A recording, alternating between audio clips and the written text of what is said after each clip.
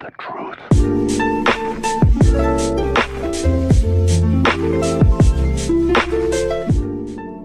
Yo les potos, c'est Zen, j'espère que vous allez bien. Au cours du temps, YouTube a connu plusieurs coups durs. Démonétisation massive, le Content ID et l'algorithme toujours plus efficace mais ravageur puisque trop de performance tue la performance, bref. La plupart du temps, ça ne venait pas de YouTube directement, mais plutôt des lois, parce que les lois s'appliquent aussi sur internet. YouTube est présent partout dans le monde, il est donc très compliqué d'adapter le site aux différentes lois de différents pays, mais a toujours fait au mieux pour avoir toujours au moins un pied dans la légalité. C'est en fait l'objectif du Content ID qu'on appelle plus familièrement le bot, et qui s'apprête à devenir complètement obsolète en Europe. Aujourd'hui, il permet d'identifier tous les contenus copyrightés présents sur la plateforme et de détecter les vidéos qui justement utilisent ces données sans en avoir le droit. Ça peut être des musiques, des films, des trailers, des extraits d'émissions TV, des gameplays de jeux vidéo ou même tout simplement des vidéos de youtubeurs. Le bot détecte donc ce type de contenu, qu'il soit tourné sous forme de parodie, de critique ou même qu'il soit mis en ligne tel quel, et envoie une notification au propriétaire des droits, lequel a le choix entre ignorer la correspondance, rediriger la monétisation à son avantage ou tout simplement faire supprimer la vidéo tout en strikant la chaîne concernée. Et c'est d'ailleurs devenu d'autant plus facile récemment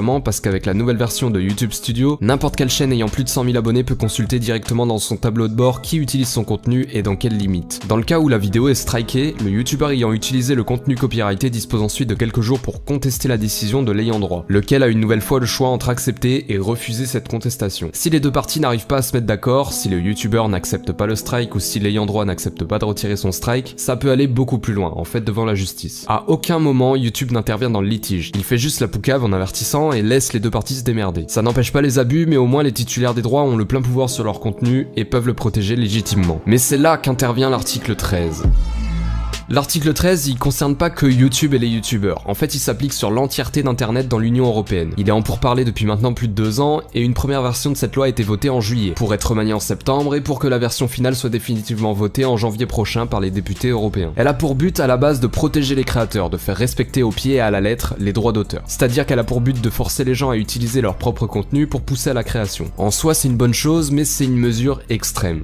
Extrême puisque l'article 13 veut que toute plateforme sur internet soit tenue à 100% responsable de ce qui sera posté par ses utilisateurs, et ce sans préavis. Ça concerne par exemple les gifs, les mèmes, les images postées sur Facebook, Twitter ou Instagram, les photos de profil des utilisateurs, les citations, extraits ou photos utilisées sur Wikipédia et bien d'autres choses. Cette loi veut que les plateformes aient le plein contrôle sur tout ça. Et vous vous doutez bien, c'est absolument impossible pour la plateforme YouTube. Parce que sur YouTube, on upload plus de 400 heures de vidéos chaque minute. YouTube n'a ni la technologie ni les ressources humaines pour contrôler 9600 heures de vidéos par jour. Ils ont donc posté sur leur compte Twitter 6 vérités ignorées sur l'article 13. Je vous les résume. L'article nuit involontairement aux créateurs, parce qu'il oblige les plateformes comme YouTube à bloquer littéralement la plupart des mises en ligne. Ils disent aussi qu'ils reversent déjà près de 800 millions d'euros chaque année aux ayants droit de l'Union Européenne. Si l'article passe, cette somme serait démultipliée et obligerait donc YouTube à fermer sa plateforme en Europe. En soi, YouTube n'est pas contre cette loi, mais veut qu'elle soit revisitée pour que la responsabilité des droits d'auteur soit celle des ayants droit. Dans ce cas, rien ne changerait pour YouTube puisqu'il applique déjà cette règle grâce au Content ID. En clair, si l'article n'est pas remanié, les conséquences seraient désastreuses. Pour nous français, on nous annonce que plus de 4 millions de chaînes seront bloquées. Presque plus aucun youtubeur ne pourrait se plier à cette règle et des milliards de vidéos, anciennes comme nouvelles, seraient supprimées. En clair, en France, il ne resterait que Vevo et les chaînes TV qui sont déjà protégées par leurs propres droits d'auteur. Et aussi les chaînes qui produisent des trailers, enfin bref. En clair, il ne restera que les grandes entreprises et YouTube ne deviendra plus qu'un outil commercial pour promouvoir des produits et des services. Nous, Européens, on n'aura plus accès au contenu mis en ligne en dehors de l'Europe.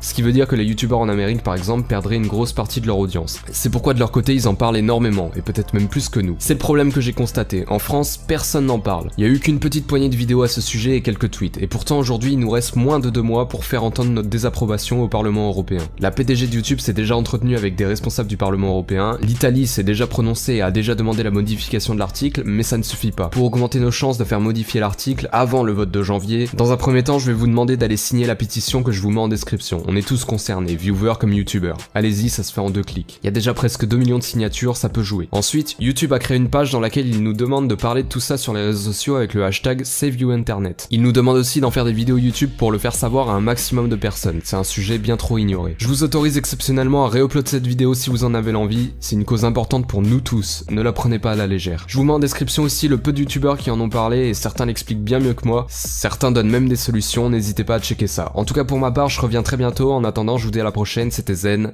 peace.